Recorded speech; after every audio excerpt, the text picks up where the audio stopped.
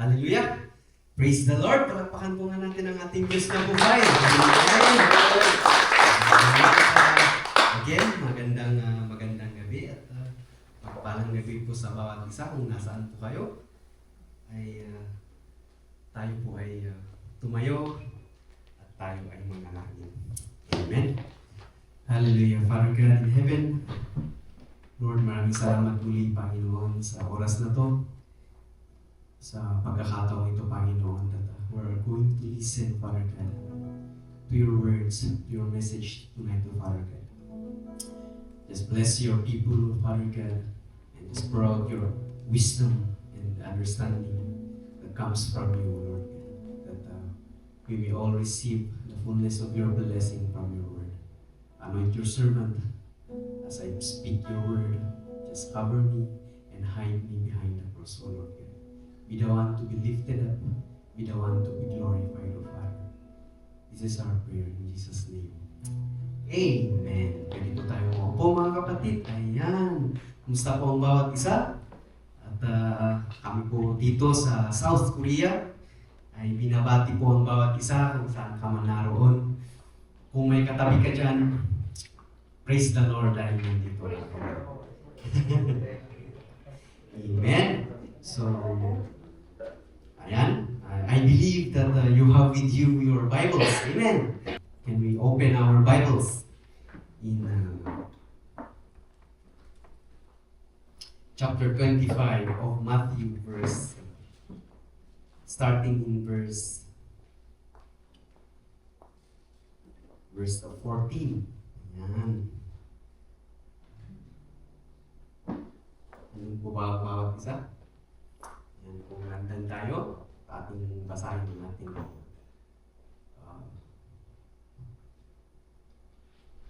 text ngayong gabi. Amen. So it is sa ibang version may pamagat dyan. Sabi niya, the parable of the bags of gold or the parable of the talents. Now in verse 14, it says there, again, it will be like a man going on a journey who called his servants and entrusted his wealth to them. To one he gave 5 bags of gold, to another 2 bags, and to another 1 bag, each according to his ability. Then he went on his journey. The man who had received 5 bags of gold went at once and put his money to work and gained 5 bags more. Now in 17 it says there, so also the one with 2 bags of gold gained with 2 more. But the man who had received 1 bag went off, dug a hole in the ground and hid his master's money. After a long time, the master of those servants returned and settled accounts with them. The man who had received 5 bags of gold brought the other 5, and he said, Master, you entrusted me with 5 bags of gold. See, I have gained 5 more. His master replied, well done, good and faithful servant. You have been faithful with a few things. I will put you in charge of many things. Come and share your master's happiness. Now in verse 22, the man with 2 bags of gold also came. Master, he said, you entrusted me with 2 bags of gold, and see, I have gained 2 more. His master replied, the same reply, the one that who has 5 bags of gold. Sabi niya, well done, good and faithful servant. You have been faithful with a few things.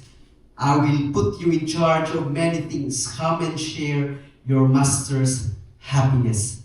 And then in verse 24, then the man who had received 1 bag of gold came. Master, he said, I knew that you are a hard man, harvesting where you have not sown, and gathering where you have not scattered seed. So I was afraid and went out and hid your gold in the ground. So here is what belongs to you.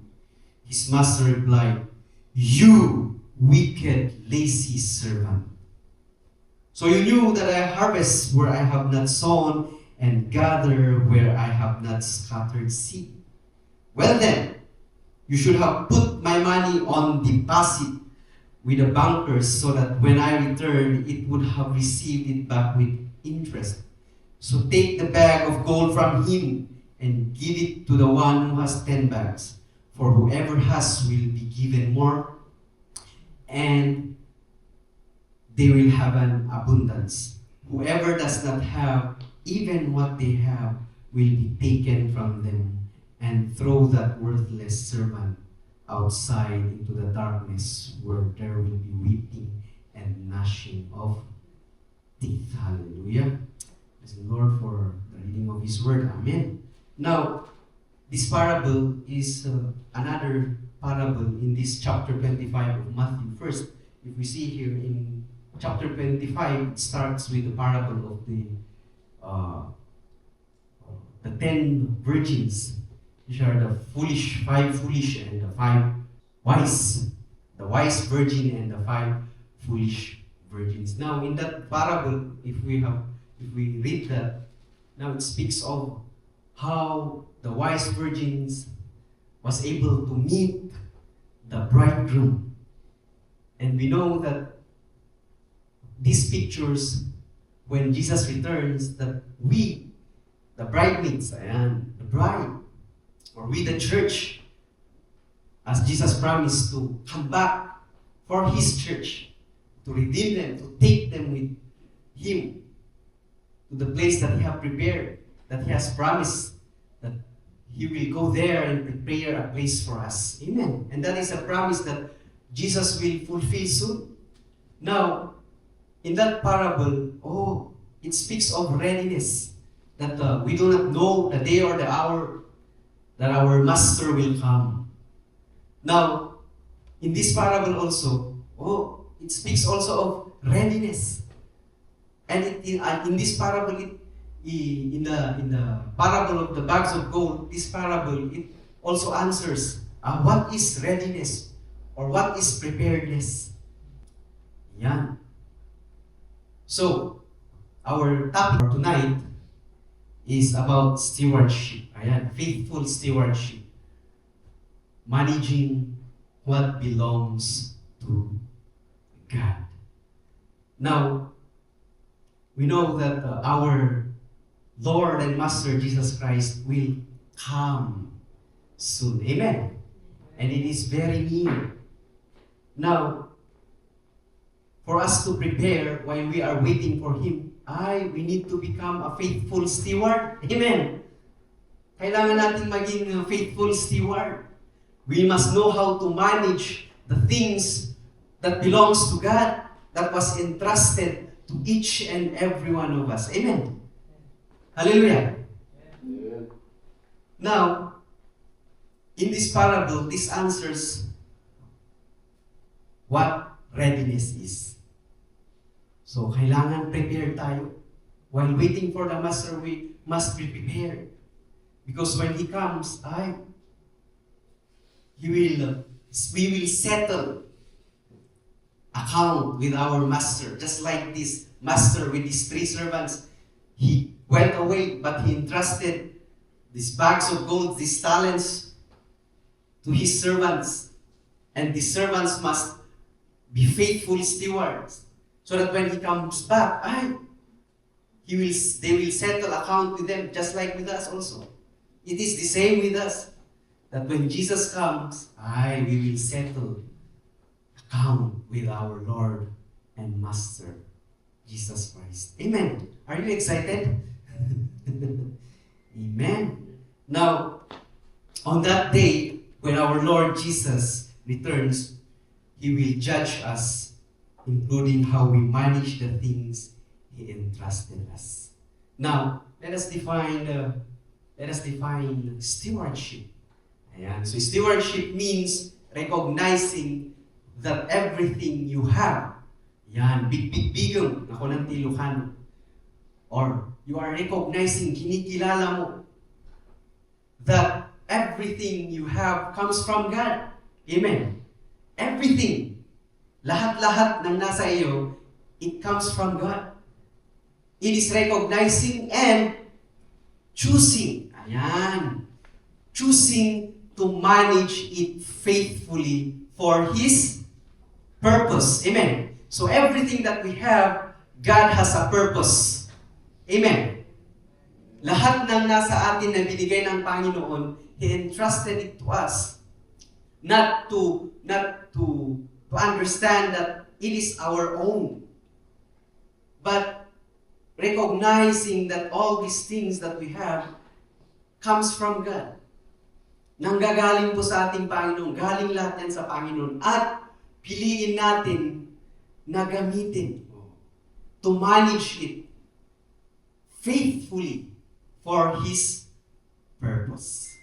Amen. So that is the meaning of stewardship. Are you following? Are we following? So in the application of this parable, it is appropriate to see these talents or bags of gold as life resources.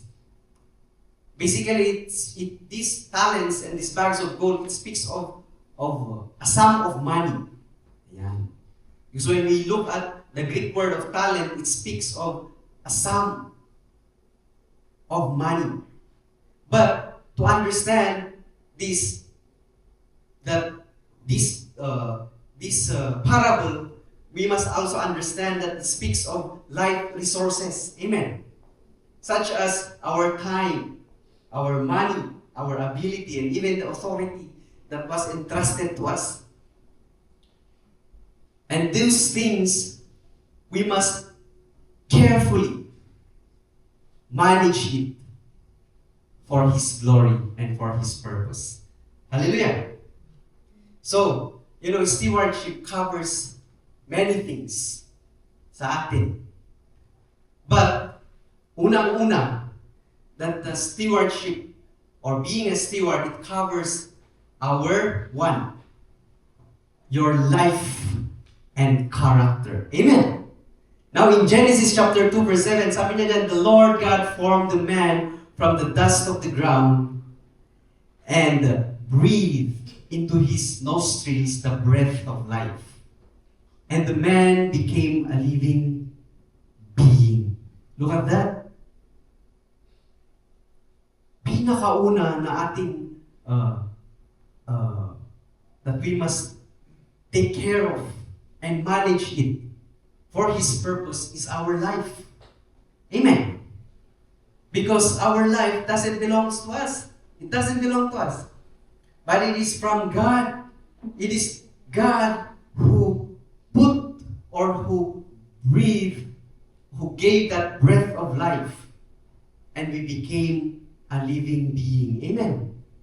Now, sabi niya dyan, we came from the dust of the ground. This life, this is not our own. Hindi sa atin ang buhay, mga kapatid. We do not own our life. It is God who created and gave the breath of life to us. Kaya ngayon ay humihinga ka. Amen po ba? Amen.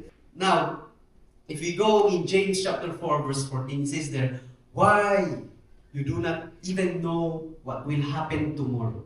What is your life? Now, sabi ni James, you are a mist that appears for a little while and then vanishes. You see, if we just understand these verses, sabi niya dyan, we are just like a mist. Our life is just like a mist that appears for a little while. Parang hamog na andyan and then maya-maya, mawawala na. And then vanishes. Now, if we just understand that, ang buhay pala natin is just like a mist. Even if you live for 100 years.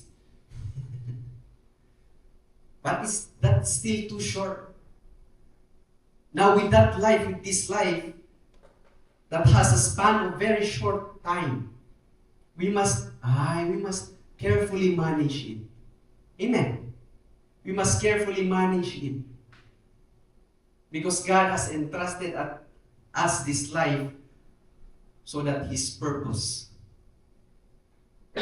will be done in our life. Amen.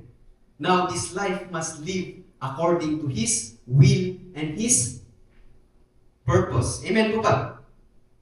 Now, in Psalm chapter 90 verse 10, the length of our days is 70 years or 80 if we have the strength. Yet their span is but trouble and sorrow, for they quickly pass. Ayan, sabi ko nga kanina, the span of life is too short. That is why we must live in a way that honors God with our decisions, habits, and behavior. Now, sabi niya dyan sa number 1, we are responsible for our life and our character. Now, in Romans chapter 12 verse 1, therefore I urge you, brothers and sisters, in view of God's mercy, to offer your bodies as living sacrifices, holy and pleasing to God. This is your spiritual act of worship. Once we have given our life to the Lord, you know what? Our characters will imitate the characters of our Lord Jesus Christ. Are you following? Amen. Now sabi diyan, to offer your bodies as living sacrifices, we must yield to the will of God. We must yield to the will of the Father in our life. So that, our characters, before we met Jesus in our life, antay mo, ugali tayo. Kanya-kanyang mga ugali. But you know what? Once that we come to faith in the Lord Jesus Christ, we put our faith in our Lord Jesus. Now, it is a process. Salvation is a process. Amen. We are being saved. We are being justified. And now we are being sanctified. Amen. Our sanctification is still ongoing. Nababago ang ating mga behavior. Amen. Our decision nababago. Our habits nababago, including our behavior. And so, this life should reflect the one who gave it. Amen. Itong buhay sana na ito, nire-reflect niya or sinasalamin niya the characters of the one who gave it. Hallelujah. Naintindihan po ba natin yun? Are you following, mga kapatid? So, our life, to carefully manage it faithfully, is to be aligned to the will of God. Amen. Number 2, ayan. Another thing that God has entrusted to us is our time. Sabi nila, time is gold. That means, time is precious. Ilang ulit mong sinabi na, sana during that time, ganun na lang yung ginawa ko. Maraming pagsisisi. Maraming regret. That, during that time, ganun na lang sana ako para hindi ako ganito. The saddest thing about time is that when it passes, we cannot take it back. We cannot, hindi natin may babalik ang panahon. Amen. At yan ang nakakalungkot. Dahil pagkatapos ng panahon, sana ganito na lang yung ginawa ko nun. Sana ganito na lang. But the Bible is reminding us, see that in New King James Version, in Ephesians chapter 5, verse 15 to 16, see then that you walk circumspectly, not as fools, but as wise, redeeming the time because the days are evil. Kung ganun yung nakaraan natin na marami tayong oras na sinayang, let us redeem. Let us use it wisely, our time. Amen. You know, how you spend your day or how you spend your time shows what you value. No, kung saan nabubuhos yung oras natin, yun yung binavalue natin sa buhay. Kaya think of it, mga kapatid. Kung ano yung kumakain sa halos oras-oras. Ano kayang kumakain sa halos oras-oras ko? At hindi nyo na pala napapansin, doon na kayo nakafocus. Good stewardship of our time means using time wisely. Maging wise po tayo sa paggamit ng ating mga oras. Amen. Now, our time must be used properly for our growth spiritually. Amen. Amen. We must have the time, spare time, a quality time for prayer. Ayan. For reading the Word of God. For meditating the Word of God. Listening to the Word of God. Now, time must be used for our spiritual growth. Time must be used for service. Amen. Ang oras natin dapat ginugugol rin natin minsan sa paninilbihan. Hindi lang sa Panginoon, but to our brothers and sisters. Amen. Kahit hindi tayo nakikita na tayo ay naninilbihan, just like, no aglilinis ka. Pag naglilinis ka, nagwawalis ka. Hindi po yung nakikita, mga kapatid. You are there at the corner praying for your brothers and sisters. That is part of your service. Amen. Hallelujah. Pag naghuhugas yan, nag-aayos. Hindi po yan na laging nakikita, mga kapatid. Pero part yan ng paninilbihan natin sa Panginoon at paninilbihan natin sa ating mga kapatiran. Amen. Tingin nyo, pagdating nyo sa church, nakasimpa amin nun. Maayos na yung chair, maayos na yung lahat-lahat. Because merong mga kapatiran na doon nila pinapakita ang kanilang paninilbihan. Amen. Are you following? Pagkatapos ng service, kung merong lunch, may nagluto. Hallelujah. Amen. Hello? Now, you must use for growth, service, ito rin. It must be used for us to give rest to our body. Ikamot or bigyan mo rin ng pahinga yung sarili mo, hindi yung nag-work ka na nga ng 12 hours, gusto mo pang 16 hours, gusto mo mag 24 hours, parang may hinahabol ka. Rest is very important. Amen. You know, number one that causes may mga sakit-sakit. Why? Because your body is talagang stress.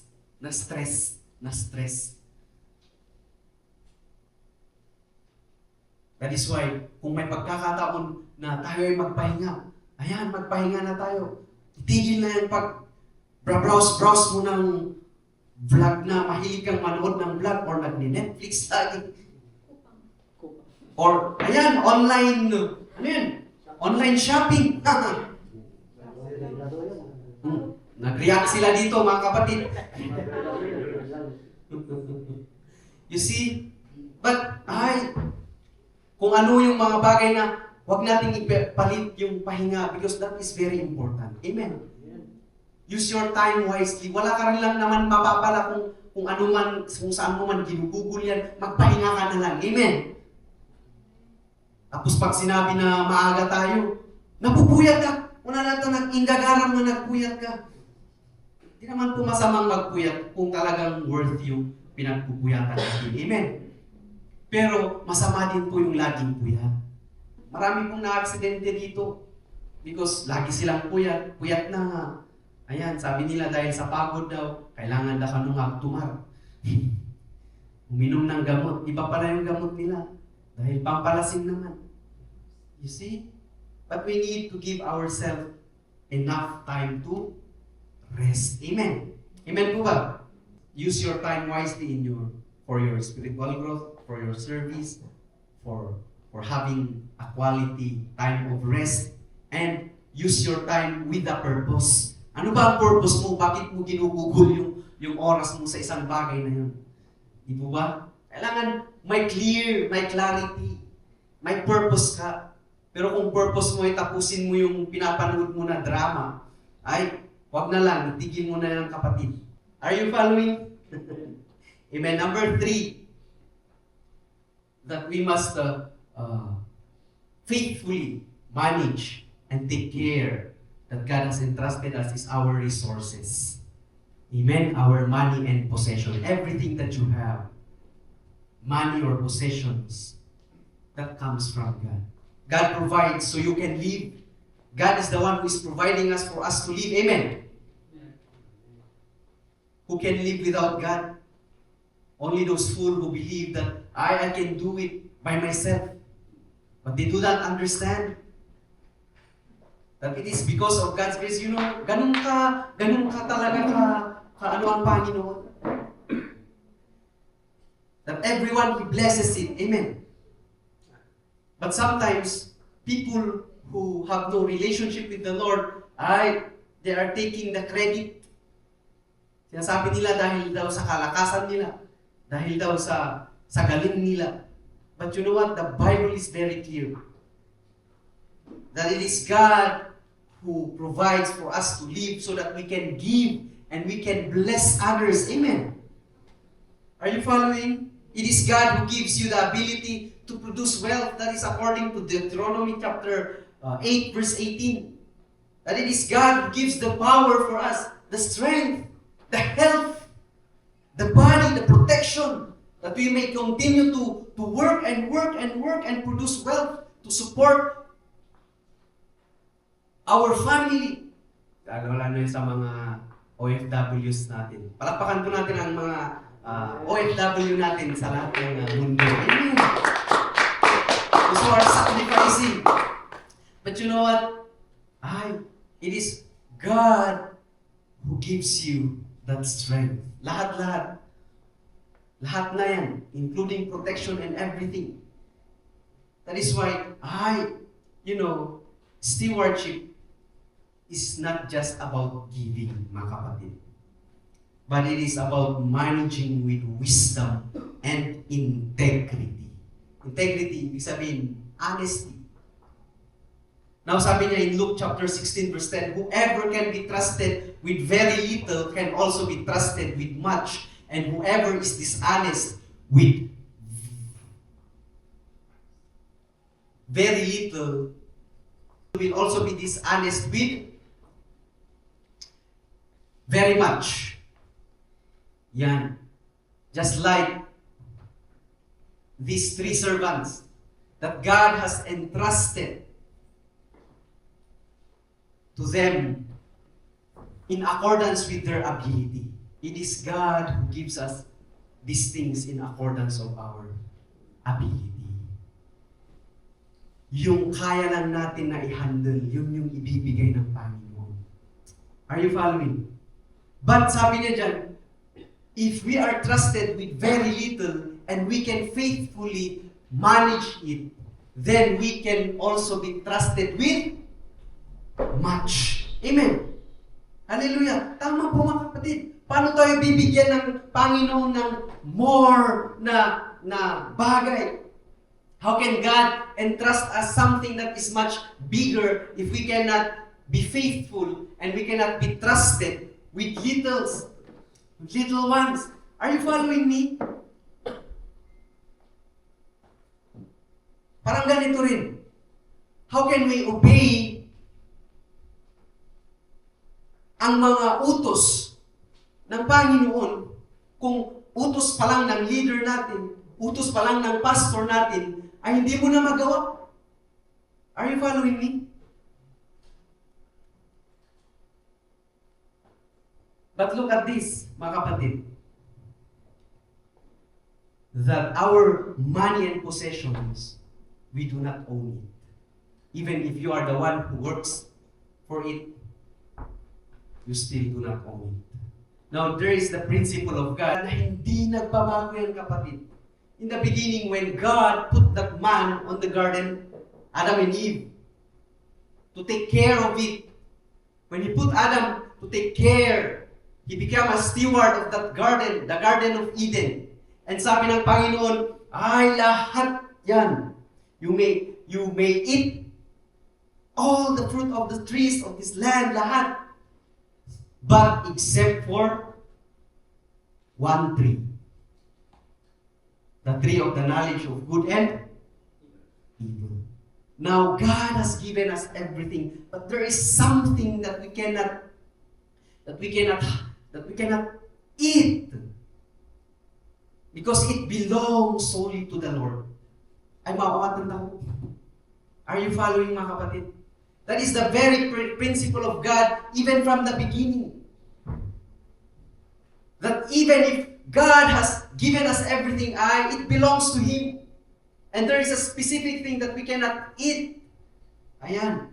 So whenever we produce wealth, there is that portion that it belongs to the Lord. That is the tenth of our income, of our wealth. Everything that we acquire.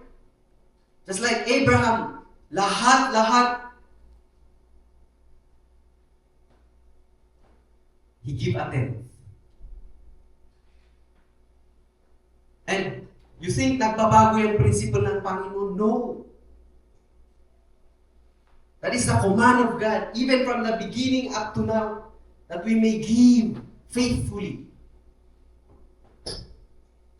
the portion that belongs to the Lord. Amen. The tithe, ibig sabihin, it is the tenth. A tenth. The tithe of everything. That is why when nagsweldo ka, ay isinamon. You separate. Because that belongs to the Lord. Amen. You know, sabi ni David in the last chapter of 2 Chronicles, sabi niya, ano pa ba yung maibibigay namin sa iyo, Panginoon, when everything came from you? Ano pa ba yung matatawag namin ibibigay namin sa iyo? Even David recognized that everything that he has belongs to the Lord. That's why in Psalms chapter 24 verse 1, oh, the earth is Lord and everything in it. Pag-aari po ng Panginoon yan. Before you give to the Lord, your heart is in line. Ayan. Your heart is connected to the Lord. Dapat sure natin na bago natin ibigay yung para sa Panginoon ay naibigay muna natin yung buhay natin. Amen? Amen po ba? Because sabi ng Panginoon, I desire obedience more than sacrifice. Even na nagsasacrifice tayo pero ang busy tayo sa ministry. Pero ang layo-layo para ng puso natin sa Panginoon. Kaya unang-una that we should take care of is our life. Amen. Yielding it, giving it, offering it to the Lord as a living sacrifice. Amen. Kailangan yung puso natin, mga kapatid. Yan ang una.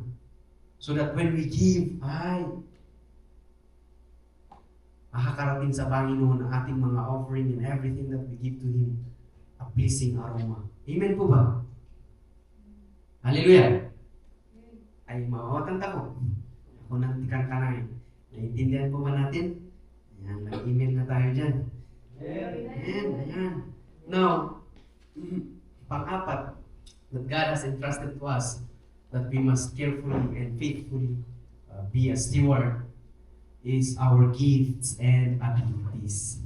Now, in 1 Peter chapter 4, verse 10, each one should use whatever gift he has received to serve others faithfully, administering God's grace in its various forms. So each one, sabi niya dyan, should use whatever gift he has received. So each one of us, God has given us a gift. Wala pong nagsasabi na wala akong gift. Dahil hindi ako marunong kumanta, hindi ako marunong mag-lead, hindi ako marunong magturo. You know, God has given each and every one, just like the body. Apostle Paul, sabi niya, we are the body of Christ. At kagaya ng katawan, iba-ibang parte, iba-ibang function. Hindi po pwedeng yung ilong mo ang nagmumuya. Amen po ba? At hindi rin po pwedeng yung ngipin mo ang humihinga. But they have that unique and, specific function. Kaya tayo rin, mga kapatid, hindi lang yung mga visible na ministry ang tinitignan natin. But we must focus on our gift. Amen po ba? Sometimes nagpo-focus tayo sa gift ng iba. Nagko-compare tayo. You know, our talents, our abilities, our gifts, it is not random na naibigay lang sa'yo. It is your assignment. Assignment natin yan, mga kapatid. That is why, whatever gifts or abilities that God has given to you, you need to improve and improve and improve. Amen? Kailangan lumago at lumago yan, kapatid. And using them to serve others and glorify God. Not wasting and hiding them. Just like the man who has one bag of gold at hinukay pa niya to. Tinago niya. Let us not waste our gift and abilities that God has given to us, but let us use it to serve others faithfully and bring glory to God. Amen po ba? Now, in Corinthians chapter 1, 1 Corinthians chapter 12, verse 4, sabi niya, there are different kinds of gifts, but the same Spirit. See? Sabi ko sa inyo mga kapatid, sabi ng Biblia sa atin that, there are different kinds of gift. Kahit na magkakaiba yan, but one Spirit. Amen. Galing lang ngayon sa ating Panginoon. Just like the body. Though it is made out of many parts, but it is one body. Are you following me? Now, to each one, the manifestation of the Spirit is given for the common good. Hallelujah. It is for the common good, mga kapatid. It is not used for competing and comparing, but it is for the common good of the church. Hello? Amen. So now, sabi niya dyan, in 2 Timothy chapter 1, verse 6, for this reason, I remind you to fan into flame. In other versions, sabi niya, rekindle. Or in other version, put ablaze the gifts of God which is in you through the laying on of my hands. Now, siguro during that time, si Apostle Paul is the one who had when he prayed over to Timothy, he laid his hands. Now, to fan into flame, ang sabi niya dyan, this means we must be faithful. Amen. Let us use it faithfully, using our gift, that will keep the gift of God always continue burning. Amen po ba? Because God will judge us according to our gift. Hindi sa gift ng katabi mo or kapatiran. It is you, how you have been responsible to take care of your abilities and your gifts. Saan mo ginamit? Ginamit mo ba ito? Because when Jesus come, ayan.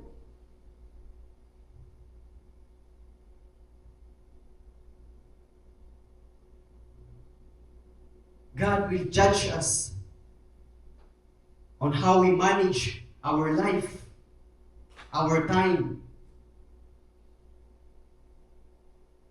our possession, including our gifts and abilities. Our faithfulness is measured by how we are faithful with our gifts, with our own gifts. You know, pag tayo ay patuloy na nagpapagamit sa Panginoon, pinapagamit natin ang binigay ng Panginoon sa atin na gift and our abilities, ay doon din nakikita kung gaano tayo ka-faithful sa Panginoon. Amen. Hallelujah. Now that gifts are not just given just like that, but we must, kung marunong ka kung ang gift mo ay sa instrument, kailangan mo rin mag-practice araw-araw lagi kung may time tayo. Amen po ba? Hindi dahil alam ko na yan. You know, pride. Ayan. Number one that we must maintain when we are in the ministry is that, huwag tayong maging proud. Kasi wala tayong maipagmamalaki sa Panginoon. Kahit gaano kakagaling, you know, it is only by God's grace. Because you know what? When you are in a ministry, it is a privilege to serve the Lord only. Amen. Because when pride is in your heart, you always seek for validation. Alam mo yun? But when we humbly serve the Lord through our gifts, we do not seek for validation. But our purpose is that we use it for the glory of our Lord Jesus Christ. Amen. For the glory of our God. Hallelujah. May natutunan po ba tayo? Now, when He comes on that day, when Jesus comes back, Ito ang maririnig niya. Ito ang maririnig natin. His master replied, "Well done and faithful servant. You have been faithful with few things. You see, I will put you in charge of many things. Come and share your master's happiness." The same, ito yung reply niya sa naka 5 bags of gold. Ito ulit yung reply niya sa 2 bags of gold. His master replied, "Well done, good and faithful servant. You have been faithful with a few things. I will put you in charge of many things. Come and share your master's happiness." You know, hindi tinitignan ng Panginoon kung ano yung kaya mo, but on how you faithfully become a steward to what God has entrusted. Amen. Now, sabi niya yan, you have been faithful with few things. Sana tayo ay mapagkatiwalaan ng Panginoon sa maliliit na bagay. Mapapagkatiwalaan ko ba tayo? Hello?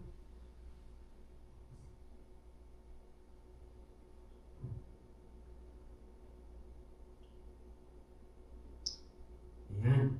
So, what does stewardship builds in our life? Ano yung pinoproduce nito sa atin? Ayan. Stewardship builds discipline. Amen. Nadidisiplina tayo sa ating when we learn that hindi sa akin ito, mga kapatid. Hindi sa akin ito. It belongs to the Lord. Now, if we recognize that everything that is in us is not ours, is not our own, then we will be disciplined na gamitin ito faithfully. Amen po ba? Nadidisiplina tayo. Hindi mo po basta-bastang gamitin kung ano-ano. But you must use it. What? To serve others and to serve the Lord. Amen. Hallelujah. Kaya yung mga gift, abilities, lahat dyan, gamitin natin. Not for ourselves. But to use it to serve the Lord. Amen po ba? Now, it builds trustworthiness. Ayan. Totoo po yan, mga kapatid. Sa atin, kung may pinagkatiwala sa atin, at inalagaan natin at binalikan yun, at nakita naman na nabalikan at binalikan ito na, maayos. Inalagaan. Naging faithful siya. On the second time, third time na ipagkakatiwalaan ka, you will become a trustworthy person. Amen. Pero kung ipinanghiram sa iyo ang sasakyan, at nung kinuha sa iyo ay wala na yung ilaw. Nakupit pa eh. Alam mo yung nakupit, ano ba yun? Nayupi. Hindi na alagaan. Do you think ipapahiram ulit yung susi sa iyo? Hindi na. But you know, when you are a faithful steward, God will look at us, a trustworthy servant. Amen. Ay nga sabi niya, you are faithful with few things.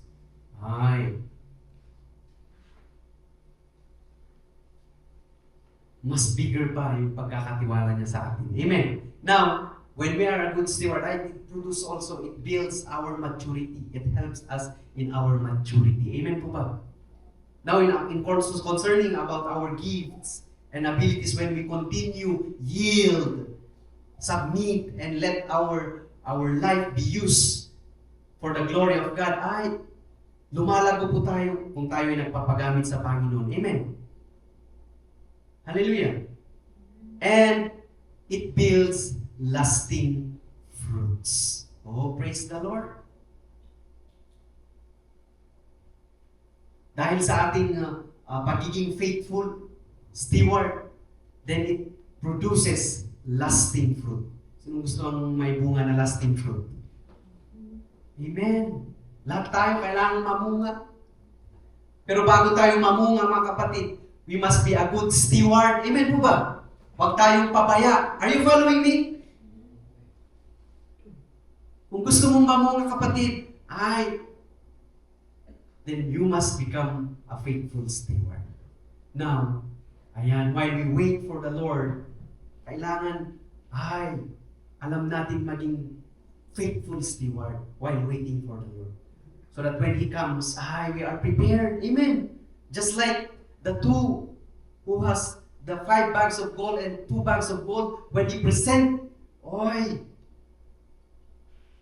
yung ipinagkatiwala ng master nila sa kanila, they are prepared. Pero yung isa, wala. Anong ginawa niya? Tinago niya. Now, stewardship shifts your mindset from ownership to responsibility. Now, if we understand stewardship, we are not the owner of what we have, but we are just a steward that is responsible for it. Amen. Are you following? May natutunan po ba tayo? So God often entrusts more to those who handle little well. And you know what? Faithfulness attracts greater responsibility and impact. Amen? So do you want a greater responsibility? And do you want a great impact while serving the Lord? Ayan, we must become a faithful steward. We must know how to manage the things that belongs to God. Are you following? Palakpakan po natin ang Panginoon. Hallelujah. So hanggang doon na lang po ako mga kapatid. At tayo po ay tumayo. At tayo ay manalangin. Yes, O Lord. Heavenly Father, we thank you, Father God. That, Lord, you have entrusted us with things that belongs to you, Father. You have entrusted this life to us. You have entrusted our time, Father. You also entrusted these resources that we have, our money and our possessions, and even our gifts and abilities you have entrusted to us, O Lord God. And we pray, Father, that, Lord, make us a faithful steward. Father God, if there is any pride, if there is any recognition that these things that you have entrusted that belongs to us, Father, I pray that, Lord, change our mind and change our heart, Father God, that we might recognize that everything that we have, Father God, that we will recognize all those things, Father God, that you have just entrusted to us, Father God, to use it to serve your people and to serve you alone, Father. Lord, teach us, Father God, discipline us, Lord God. Make us a trustworthy, a steward, Father God. Help us to mature, Lord God, while we manage faithfully these things that you have entrusted to us, Father. And that, Lord, we pray, Father, that while we manage this faithfully, these things that belongs to you, Father God, may we have a lasting fruit to Father God. And that when you come, O Lord God, O Lord Jesus, to take us with you, we are prepared. Father, we thank you, Lord. Enable us, O Lord God. Give us the wisdom, O Lord God, on how we manage these things that you have entrusted to us, O Lord God. Let your people, Father God, be a faithful steward, so that when you come, Father, just like the two servants, that we will enter and share our Master's happiness. Father, we thank you, Lord. Seal your words into the hearts of your people. Father, we thank you and we glorify you, Father. In Jesus' name we pray. Amen. Palakpakan po natin ang